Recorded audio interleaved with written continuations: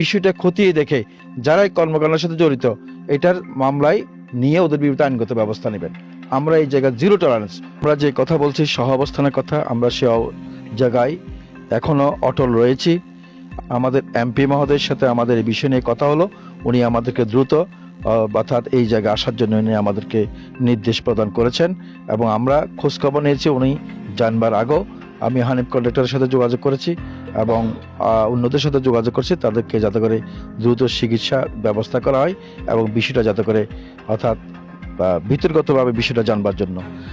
আমরা এটাই বলবো, সেটা হলো আমরা যতটুকু জেনেছি এই জেহাদ যে আঘাতপ্রাপ্ত হয়েছে এবং তারে যারা আঘাত করেছে, জেহাদ একটা সংগঠনের দায়িত্বশীল এবং সে একটা দায়িত্ব রয়েছে, বাট তাকে যারা আঘাত করেছে এরা আমাদের দলের কারো কোনো দায়িত্বশীল নয়, এরা কোনো দায়িত্বের মধ্যে নয়, এরা সাংগঠনিক কোনো কমিটিতে নেই এরা।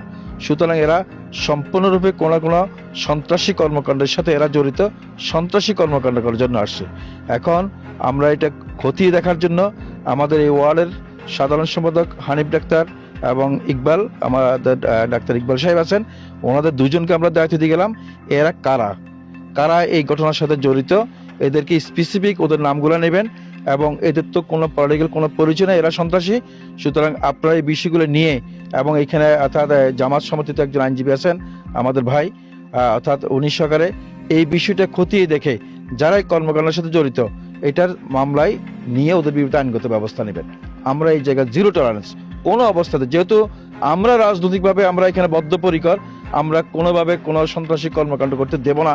সুতরাং সেটাকে অর্থাৎ আমাদের এই আহ্বানকে উপেক্ষা করে কেউ যদি এই যেতে কর্মকাণ্ড করে আমরা সেটাকে কোনো অবস্থাতে আমরা ছাড় দেব না।